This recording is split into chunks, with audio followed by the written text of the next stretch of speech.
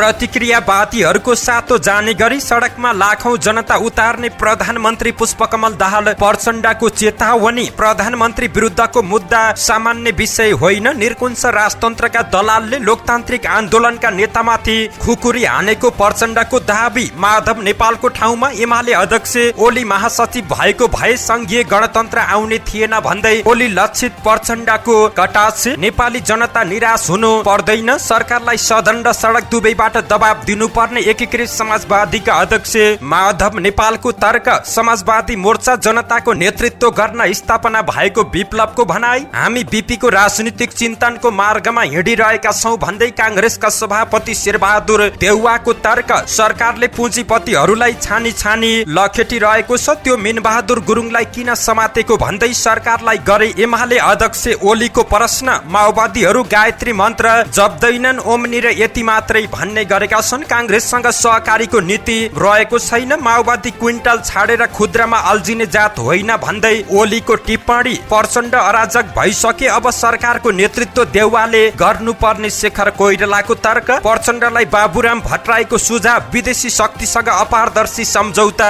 नगर्नुस्। प्रधानमन्त्री प्रचण्डको अमेरिका र चीन भ्रमणलाई लिएर राष्ट्रपालले दियो लिखित सुझाव। चुच्चे नक्साबारे कुराकानी गर्न आग्रह। एमसीसी सम्झौता गर्दा अमेरिकी सेना आउँदैन भनियो, तर अहिले कसरी आयो भन्दै प्रेम सुवालले गरे प्रचण्डलाई प्रश्न। शोक प्रस्ताव पारित गरिँदै बागमती प्रदेश सभा बैठक 29 गतेसम्मका लागि स्थगित गरियो। जनतासँग माओवादी अभियान। असहाय र दृष्टिबिनलाई खाद्यान्न वितरण। कान्ति अस्पतालमा बालिका मृत्यु घटनामा दोषीमाथि कारबाही हुने मन्त्री बस्नेतको भनाई। डीएसपी र उनको परिवारलाई ज्यान मार्ने धम्की दिन मिल्छ भन्दै कांग्रेस प्रदेश सांसदलाई प्रश्न। गौ हत्या विरुद्ध पाल्पामा विरोध प्रदर्शन गरियो। कांग्रेस माओवादीले जे भन्छ एकीकृत समाजवादीले पनि त्यही गर्छ भन्ने धारणा फेर्नुपर्ने घनश्याम भुसालको तर्क। ललिता निवास प्रकरण। 17 जनासँग धरौटी माग, 1 जनालाई तारिकमा छोड्न आदेश। मिनबहादुर गुरुङसँग 2 करोड 46 लाख रुपियाँ धरौटी माग गरियो। सर्लाहीको मूर्ति विसर्जन विवाद। साम्यका लागि सर्वपक्षीय भेलाको 2 बुँदे निर्णय। मूल्य वृद्धिको विरोधमा एमाले समर्थित भूमिहीनहरू थाल ठटाउँदै सडकमा। राहुल महराको फोन कनेक्सन सँगै शंकास्पद भूमिका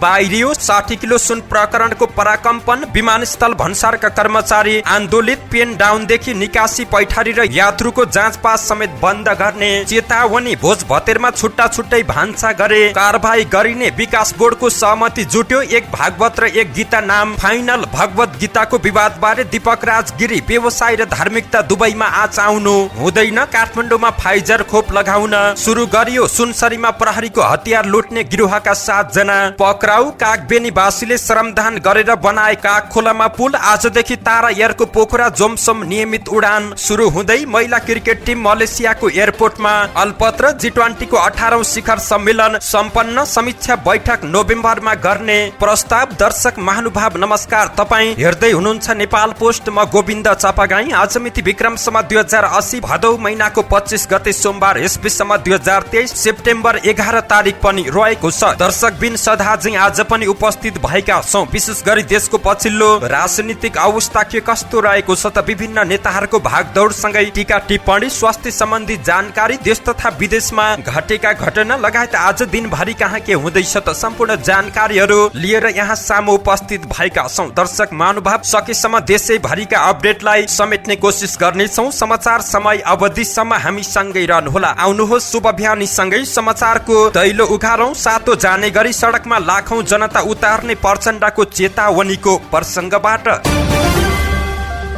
प्रधानमन्त्री पुष्पकमल दाहाल प्रचण्डले गणतन्त्र र धर्मनिरपेक्षताको उपलब्धि उल्टाउन खोज्नेहरूका विरुद्ध लाखौं जनता सडकमा उतार्ने चेतावनी दिएका छन्। आइतबार बागमती प्रदेशको राजधानी हेटौडामा आयोजित समाजवादी मोर्चाको कार्यक्रमलाई सम्बोधन गर्दै दाहालले उनले संघीय गणतन्त्रमाथि प्रतिक्रियावादीहरूले प्रहार गरिरहेको भन्दै त्यस विरुद्ध जनता सडकमा उतार्ने जिकिर गरेका छन्। पुष्पकमल दाहालले आफू विरुद्ध सर्वोच्च अदालतमा परेको मुद्दा सामान्य विषय नभएको टिप्पणी गरेका छन्। उनले आफू प्रधानमन्त्री भएपछि पटक पटक कार्यकारी विरुद्ध अदालतमा मुद्दा परेको भन्दै चिन्ता व्यक्त गरेका छन्। विस्तृत शान्ति सम्झौताको मर्म विपरीत संविधान सभा संविधानको मूल प्रवाहमाथि कुठाराघात गर्दै प्रधानमन्त्रीका विरुद्ध मुद्दा हाल्ने काम भइरहेको छ। सन्देश सभालाई सम्बोधन गर्दै उनले भने, मेरो यो भनाई अदालतमाथि अपमान गर्नु छैन, बरु म अदालतलाई धन्यवाद दिन चाहन्छु। कमसे कम त्यस्ता मुद्दालाई अदालतले पेन्डिङ गरिदिएको छ। तर मुद्दा त छ, यो सामान्य कुरा होइन, यो मेरो व्यक्तिगत कुरा होइन र थिएन पनि। परिवर्तन र जनताले गरेको त्यागको सम्मान गर्ने कि नगर्ने भन्ने रहेको छ। आफू प्रधानमन्त्री भएसँगै सरकारले भ्रष्टाचार व्यथिति र कुशासनका विरुद्ध अभियान सञ्चालन गरेसँगै आफू विरुद्ध एक समूह लागेको आरोप लगाएका छन्। दाहालले परिवर्तनको रक्षा गरी समाजवादी अभियानलाई अघि बढाउन समाजवादी मोर्चा गठन भएको पनि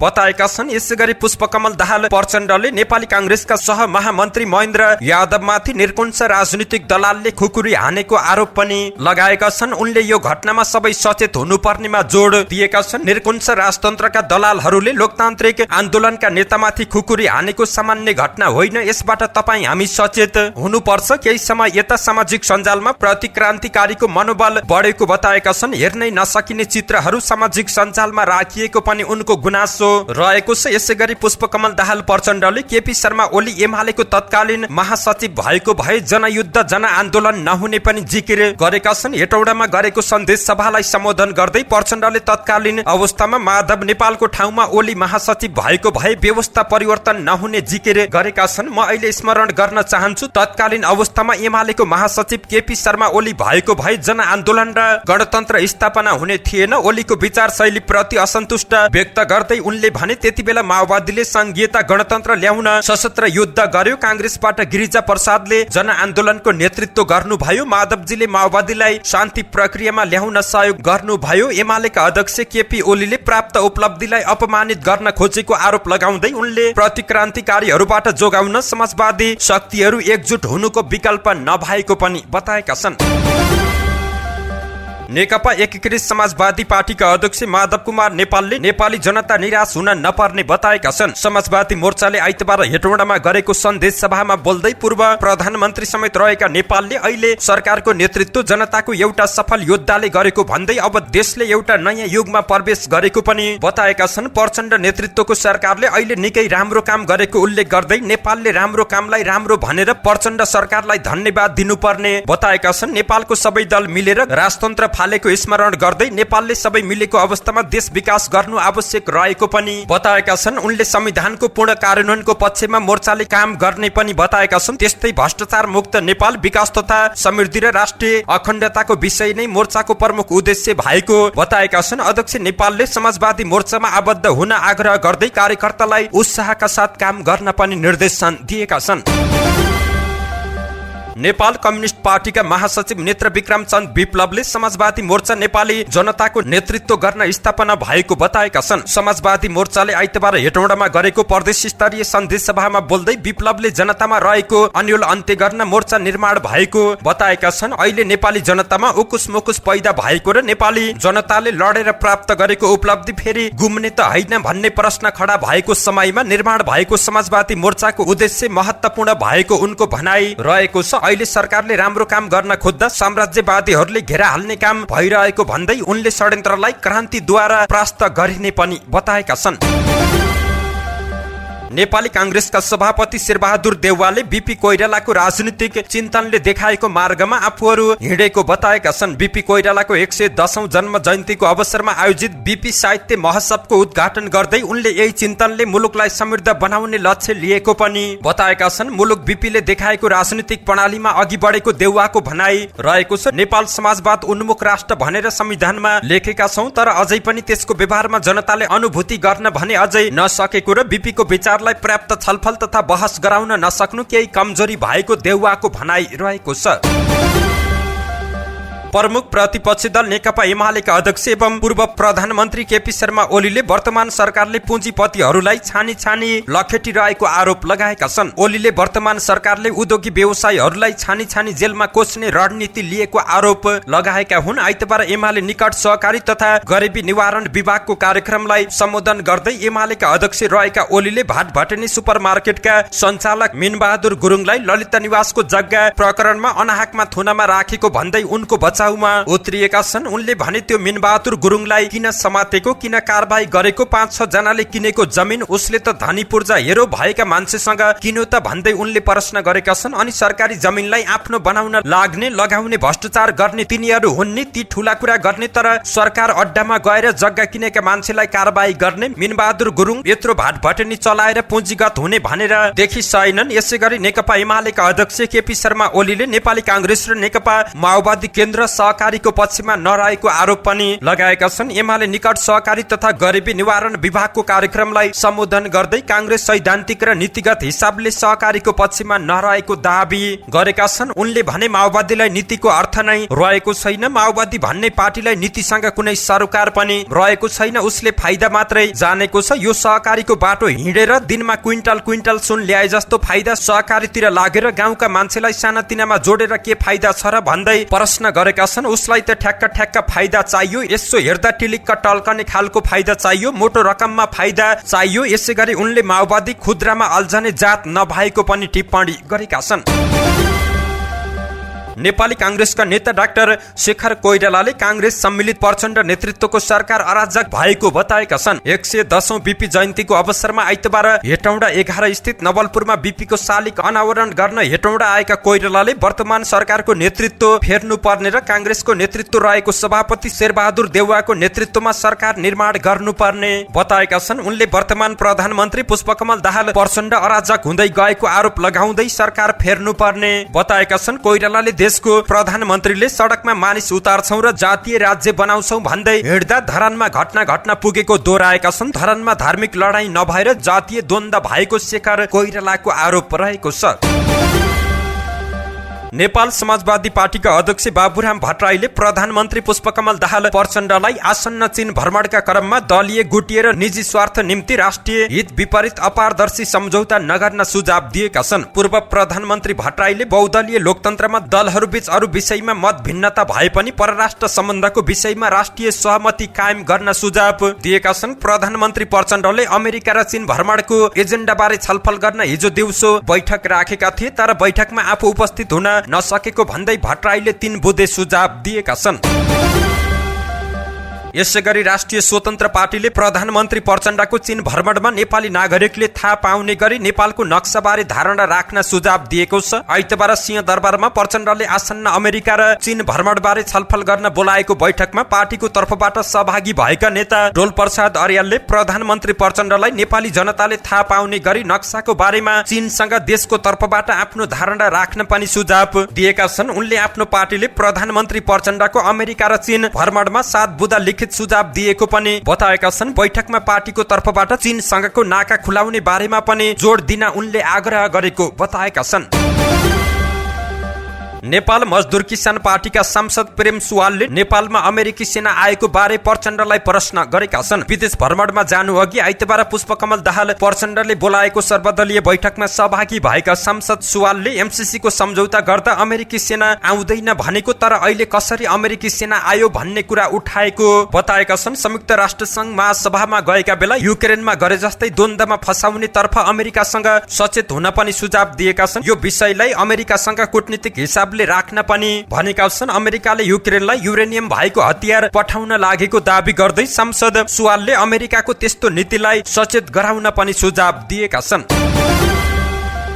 बागमती प्रदेश सभा बैठक भदौ 29 गतेसम्मका लागि स्थगित गरिएको छ। आइतबार दिउँसो बसेको प्रदेश सभा बैठकले शोक प्रस्ताव पारित गर्दै 29 गतेसम्मका लागि बैठक स्थगित गरेको हो। बागमती प्रदेश सभाका सभामुख भुवन कुमार पाठकले 29 गते 12:30 बजेसम्मका लागि बैठक स्थगित गरेको जानकारी दिएका हुन्। आइतबार बसेको प्रदेश सभाको दोस्रो बैठकमा प्रदेश सभाका पूर्व सदस्य डाक्टर राजाराम कार्कीको निधन प्रति शोक प्रस्ताव पारित गरेको थियो। स्वर्गीय कार्की 2074 मा प्रदेश सभा सदस्य निर्वाचनमा नेपाली कांग्रेसको तर्फबाट निर्वाचित भएका थिए। क्यान्सर रोगबाट पीडित भएका उनी केही दिन अघि निधन भएको थियो। उनको उपचारको क्रममा निधन भएको प्रति प्रदेश सभा बैठकले शोक प्रस्ताव पारित गरेको हो। नेकपा माओवादी केन्द्रले सञ्चालन गरेको जनतासँग माओवादी रूपान्तरण अभियान अन्तर्गत काठमाडौँको बौद्ध स्थित टुसालमा अशक्त असहाय र दृष्टिविहीनलाई राहत वितरण गरिएको छ। हरितालिका तीजको अवसरमा माओवादी सम्बद्ध अखिल नेपाल ट्रेड युनियन अन्तर्गतको यातायात मजदुर संघको पहलमा आइतबार राहत वितरण गरिएको छ। माओवादी केन्द्रका उपमहासचिव एवं पूर्व अर्थमन्त्री वर्षमान पुनले एक कार्यक्रमका बीच राहत हस्तान्तरण गरेका हुन्। त्यस क्रममा अपाङ्गता भएका र दृष्टिविहीन भएका 35 परिवारलाई चामल, नुन, तेल लगायत खाद्य सामग्री वितरण गरिएको छ। कार्यक्रममा पुनले आफूहरूले दया र निगाहको रूपमा नभई सद्भाव र उपहारका रूपमा खाद्य सामग्री वितरण गरेको जानकारी दिएका छन्।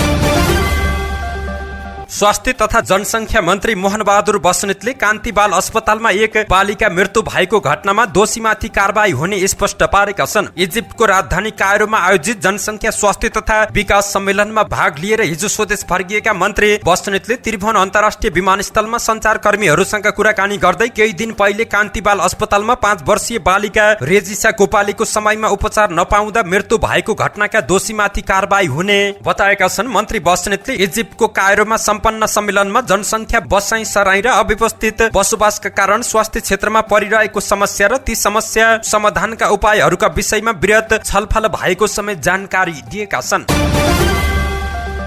नेपाली कांग्रेस कोशी प्रदेशका सांसद खगेन सिंह हाङगामले प्रहरी नायब उपरीक्षक डीएसपीलाई ज्यान मार्ने धम्की दिएका छन्। ताप्लेजुङको फुङलिङमा शुक्रबार भएको कोण सभामा बोल्दै उनले ताप्लेजुङका प्रहरी प्रमुख र उनको परिवारलाई ज्यान मार्ने धम्की दिएका हुन्। प्रदेशको सांसद जस्तो व्यक्तिले गैर जिम्मेवार र उत्तेजक अभिव्यक्ति दिएको भन्दै अहिले हाङगामको आलोचना भइरहेको छ। सामाजिक सञ्जालमा हाङगामको उक्त भाषणको क्लिप राखेर मानिसहरूले अराजक अभिव्यक्ति दिने हाङगामलाई कांग्रेस नेतृत्वले कारबाही गर्छ कि गर्दैन भनेर प्रश्न सोधेका छन्।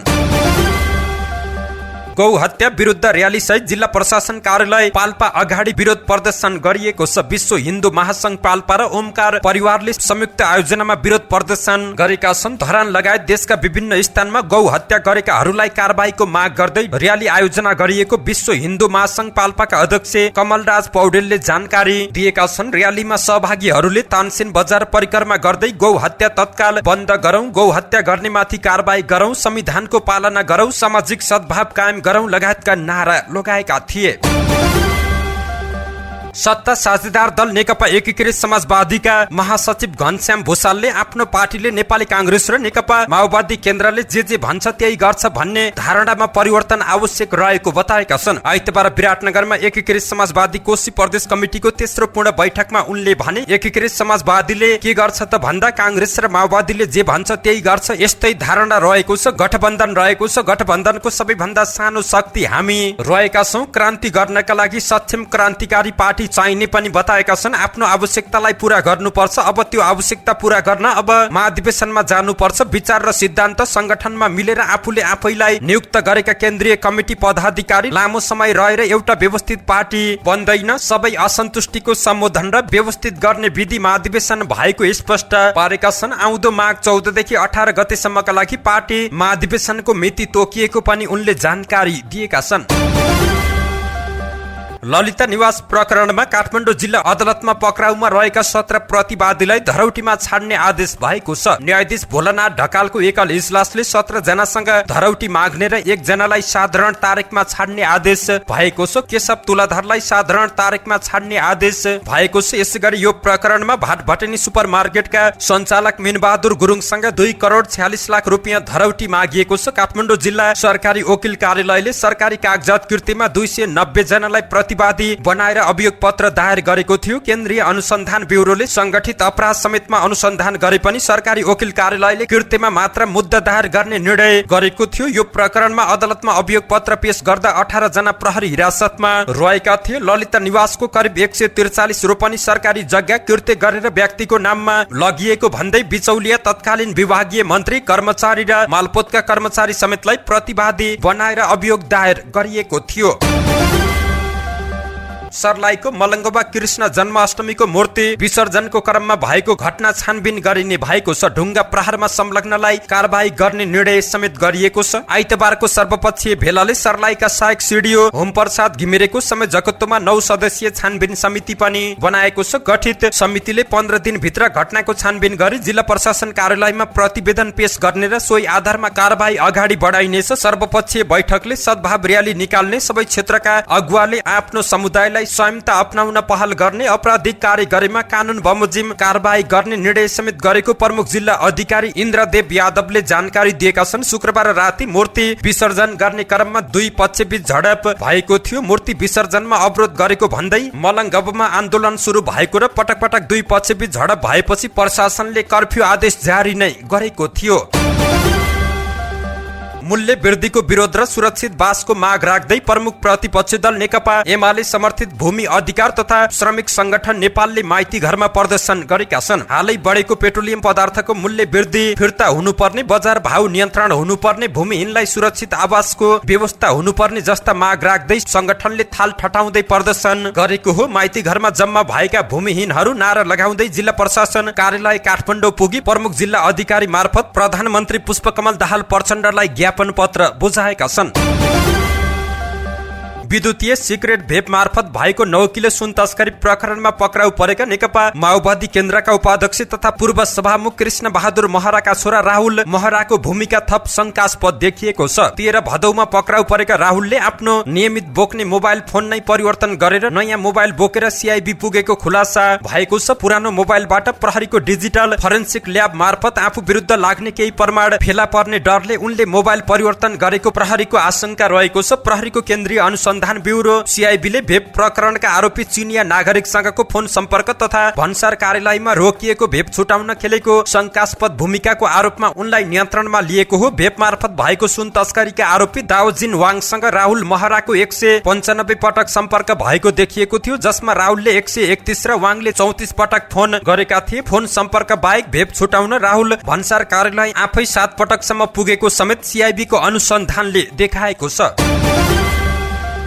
यसैगरी त्रिभुवन विमानस्थल भन्सार कार्यालयमा कार्यरत कर्मचारीहरूले आन्दोलन थालेका छन्। काम गर्ने मनोविज्ञान तथा वातावरण नभएको भन्दै भदौ 12 गते 137 कर्मचारीले सामूहिक सरुवा मागेका थिए। उक्त माग सुनवाई नभएको भन्दै कर्मचारीहरूले विभिन्न 5 बुँदे माग राख्दै संघर्ष सुरु गरेका छन्। हिजोदेखि घोषणा गरिएको 3 दिने संघर्षका कार्यक्रम अन्तर्गत पेन डाउनदेखि निकासी, पैठारी र यात्रु जाँच पास बन्द गर्ने सम्मको रहेको छ। हिजो सांकेतिक विरोध स्वरूप 3 घण्टा पेन डाउन गरिएको छ। पछिल्लो समयमा 60 किलो सुन बरामदको घटनापछि विभिन्न निकायबाट गरिएका अनुसन्धान तथा छानबिनको बहानामा विभिन्न निकायहरूबाट आफूहरूलाई बिना कारण दुःख दिने तथा मानसिक रूपमा छेदविच्छेद बनाएकाले कार्यालयमा रही कामकाज गर्न कठिनाई महसुस भएको उनीहरूको गुनासो रहेको छ। राजस्व असुलीको असल नियतले कानून बमोजिम गरिएको नियमित कार्यालय अनुसन्धानको बहानामा तथा अनुसन्धानलाई नै विषयान्तर गर्ने गरी निर्दोष कर्मचारीलाई धरपकड गरिएको भन्दै बन्द गर्नुपर्ने, कार्यालयमा भौतिक पूर्वाधार तथा आधुनिक प्रविधिको व्यवस्था गर्नुपर्ने, डर त्रास बिना उच्च मनोबलमा काम गर्ने वातावरण हुनुपर्ने, बिना प्रमाण पक्राउ पूर्जी अनुमति नलिई कर्मचारीहरूलाई गिरफ्तार गर्ने, दुःख दिने, हैरानी दिने कार्य बन्द गर्नुपर्ने लगायतका माग राखेका छन्। बागलुङको तमानखोला गाउँपालिकाले सामाजिक भेदभाव तथा छुवाछुतलाई शून्य बनाउने उद्देश्यले सामाजिक रूपमा हुने भोज भतेर एउटै हुनुपर्ने नीति बनाएको छ। गाउँपालिका जनप्रतिनिधि तथा सरकारी निकायका कर्मचारीले 2 वटा भान्सा हुने भोज भतेरमा सहभागी नहुने र नागरिकलाई पनि सामाजिक रूपमा हुने त्यस्ता भोज भतेरलाई बहिष्कार गर्न गाउँपालिकाले आग्रह गरेको छ। जिल्लाका सहर बजारदेखि गाउँसम्मका अधिकांश स्थानमा जातीय छुवाछुत र विभेद हुँदै आएकाले यसको अन्त्य गर्न अब सबै भोज भतेरमा एउटै भान्सा प्रयोग गर्ने निर्णय गरिएको गाउँपालिकाका अध्यक्ष जोकलाल बुढा मगरले जानकारी दिएका छन्। उनले समाजमा कोही पनि नागरिकले छुवाछुत र विभेद भोग्न नपरोस् भन्ने उद्देश्यले कार्यपालिका बैठकबाट सामाजिक रूपमा हुने भोज भतेरको भान्सा एउटै बनाउनु पर्ने निर्णय गरिएको जानकारी दिएका छन्। प्रदर्शन उन्मुख चलचित्र एक भगवत गीताको नामलाई लिएर उत्पन्न विवाद सुल्झेको छ। चलचित्र विकास बोर्डमा आयोजित छलफलमा दुवै पक्ष सहमतिमा आएका हुन्। निर्माण पक्ष र धार्मिक समूहहरूबीच भएको सहमति अनुसार चलचित्रको नाम अब एक भागवत र एक गीता रहनेछ। यसअघि चलचित्रका निर्माता सुनिल कुमार शाहले भागवत र गीताको बीचमा ड्यास राख्ने गरेको प्रस्ताव धार्मिक समूहले अस्वीकार गरेका थिए। बैठकमा विभिन्न वैकल्पिक नामहरूबारे पनि छलफल भएको हो। निर्माता तथा अभिनेता दीपक राज गिरीलाई पनि छलफलमा निम्ताइएको थियो। कुनै पनि विषयमा खुलस्त धारणा राख्ने र बारम्बार विवादमा पनि आउने अभिनेता गिरीले हिजोको छलफलमा भने सन्तुलित बोलेका छन्। उनले दुई पक्ष मिल्न जरुरी भएको अभिव्यक्ति दिएका थिए। काठमाडौँ भित्र कोरोना विरुद्धको फाइजर खोप दिन थालिएको छ। स्वास्थ्य कार्यालय काठमाडौँले अभियानकै रूपमा भदौ 30 गतेसम्म यो खोप दिन लागेको हो। खोप सबै नगर अस्पताल, तोकिएका स्वास्थ्य संस्था तथा विद्यालयहरूबाट दिनेछ। यो खोप बुस्टर डोज तथा दोस्रो बुस्टरको रूपमा लगाउन सकिने पनि कार्यालयले जानकारी दिएको छ। सादा पोसाकका प्रहरीको हतियार र गोली लुटपाटमा संलग्न रहेको आरोपमा 7 जना पक्राउ परेका छन्। सुनसरीको बर्जु गाउँपालिका वडा नम्बर 1 शुक्रबारेमा सादा पोसाकमा खटिएका प्रहरीको साथबाट हतियार र गोली लुटपाट गर्नेहरूलाई जिल्ला प्रहरी कार्यालय मोरङले आइतबार पत्रकार सम्मेलन गरी सार्वजनिक गरेको छ। जिल्ला प्रहरी कार्यालय मोरङका एसपी दीपक पोखरेलले चोरी र लुटपाट नियन्त्रण गर्न दुहबीबाट खटिएको प्रहरी टोलीमाथि सुनसरीको बर्जु 1 मा शुक्रबार बिहान आक्रमण र लुटपाट भएको थियो। धेरै लुटपाट हुने त्यो क्षेत्र खटिएका सादा पोसाकका प्रहरीको साथबाट प्रहरीको पिस्तोल, 6 राउन्ड गोली र म्यागजिन लुटपाट भएको थियो। उनीहरू सबै मोरङको बुढीगंगा गाउँपालिकाका विभिन्न स्थानमा लुकेको अवस्थामा फेला पारेको प्रहरीले जानकारी दिएको छ। पक्राउ परेकाहरूको साथबाट प्रहरीले चाइनिज पिस्तोल, कटुवा पिस्तोल, रड, चक्कु, मोटरसाइकल, 1,75,000 नगद, 11,600 भारू डलर, सुनको जस्तो देखिने झुम्का र तिलहरी, चाँदीको जस्तो देखिने पाउजु र सिख्री समेत बरामद गरेको छ। गत साउन 28 गते आएको बाढीले बगाएको मुस्ताङको बारागोङ मुक्ति क्षेत्र गाउँपालिका 4 स्थित काग खोलाको पुल मुस्ताङीले श्रमदान गरेर निर्माण गरेका छन्। पुल निर्माण भएपछि तिरी गाउँ पुग्न घुमाउरो बाटो प्रयोग गरेर 4 घण्टा पैदल हिँड्नु पर्ने बाध्यताको अन्त्य भएको छ। तिरी गाउँ कागबेनीबाट पारीपट्टि रहेको तर सवारी साधनको पहुँच विस्तार नभएको गाउँ रहेको छ। उक्त गाउँलाई मुस्ताङको सदरमुकाम जोमसोम लगायत अन्य ठाउँसँग तिरी गाउँलाई जोड्ने एकमात्र माध्यम काग खोलाको पुल रहेको थियो। उक्त पुल बाढीले बगाएपछि तिरी गाउँ सम्पर्क विहीनको अवस्थामा रहेको थियो। कागबेनीबाट तिरी गाउँलाई जोड्ने पुल नै बगेपछि तिरी गाउँ र कागबेनी आवत जावत गर्न करिब 4 घण्टा पैदल यात्रा गरेर जानुपर्ने बाध्यता रहेकोमा मुस्ताङीले सोही ठाउँमा जनश्रमदान गरेरै पुल निर्माण गरी 4 घण्टाको बाटोलाई छोटाएको गाउँपालिकाका अध्यक्ष रेङजिन नामगेल गुरुङले जानकारी दिएका छन्। तारा एयरले प्रतिकूल मौसमसँगै बन्द भएको पोखरा जोमसोमको उडान आजदेखि नियमित गर्ने भएको छ। बिस्तारै मौसम अनुकूल हुन थालेको र पर्यटक सिजन पनि सुरु हुन थालेकाले उडान नियमित हुन लागेको छ। जोमसोमको नियमित उडानका लागि तारा एयरले एउटा विमान पोखरामै रात्रि बिसान गर्नेछ। हालका लागि मौसम अनुकूल भए दैनिक 5 वटा उडान गर्ने गरी तालिका मिलाइएको छ। तारा एयरको उडान पोखराको पुरानो एयरपोर्टबाटै सञ्चालन हुनेछ। मुस्ताङ जिल्लामा अवस्थित जोमसोम विमानस्थल समुद्री सतहबाट 2736 मिटर उचाइमा रहेको छ भने यस एयरपोर्टको लम्बाई 739 मिटर रहेको छ। नेपाली महिला क्रिकेट टिम मलेसियाको एयरपोर्टमा अल्पत्र परेको छ। स्वदेश फर्कन लागेको नेपाली महिला टिमको टिकटमा समस्या भएको कारण एयरपोर्टमा अल्पत्र परेका हुन्। मलेसियाको समय अनुसार बेलुकी 6 बजे हिमालय एयरलाइन्सको टिकट रहे पनि नेपाली टिम होटलको चेकआउट टाइममै निस्केर छिट्टै विमानस्थलमा पुगेका थिए। तर उडान समय प्राविधिक कारणले भन्दै हिमालय एयरलाइन्सले राति 3 बजेका लागि सारेको हो, जसका कारण विमानस्थलमा पुगेका महिला क्रिकेटरहरूले 12-13 घण्टा समय त्यही बिताउनु पर्ने भएको हो। 12-13 घण्टा विमानस्थलमा अल्पत्र अवस्थामा रहने स्थिति आएपछि दुःख लागेको एक क्रिकेटरले मलेसियाबाट बताएकी छिन्। नेपाल क्रिकेट संघ क्यानले भने प्राविधिक गडबडीका कारण यो समस्या भएको बताएको छ। खेलाडीलाई विमानस्थलमा नै बस्न र खानाको व्यवस्था मिलाइएको पनि उनले जानकारी दिएका छन्। भारतको नयाँ दिल्लीमा शनिबारदेखि सुरु भएको G20 को 2 दिने शिखर सम्मेलन सकिएको छ। आयोजक देश भारतका प्रधानमन्त्री नरेन्द्र मोदीले 18औं शिखर सम्मेलन सकिएको घोषणा गरेको बीबीसीले जानकारी दिएको छ। उनले नयाँ दिल्ली सम्मेलनको समीक्षा गर्न आउँदो नोभेम्बरको अन्त्यतिर भर्चुअल समीक्षा बैठक गर्ने प्रस्ताव पनि गरेका छन्। भारत आउँदो नोभेम्बरसम्म G20 समूहको अध्यक्ष रहनेछ। गएको वर्ष डिसेम्बर 1 मा इन्डोनेसियाको बालीमा भएको 17औं शिखर सम्मेलनमा भारतले समूहको अध्यक्षता ग्रहण गरेको थियो। दिल्ली शिखर सम्मेलन सकिएको घोषणा गर्नु अघि प्रधानमन्त्री मोदीले ब्राजिलका राष्ट्रपति लुइस इनासियोलाई G20 को अध्यक्षता हस्तान्तरण गरेको पनि बीबीसीले जानकारी दिएका छन्। चक्रीय प्रणाली अनुसार आउँदो डिसेम्बर 1 देखि 1 वर्षसम्म ब्राजिल समूहको अध्यक्ष रहनेछ। G20 को 19औं शिखर सम्मेलन पनि ब्राजिलमै हुने जानकारी प्राप्त भएको छ। धन्यवाद। यस्तै ताजा समाचारको लागि नेपाल पोस्ट हेर्दै गर्नुहोला।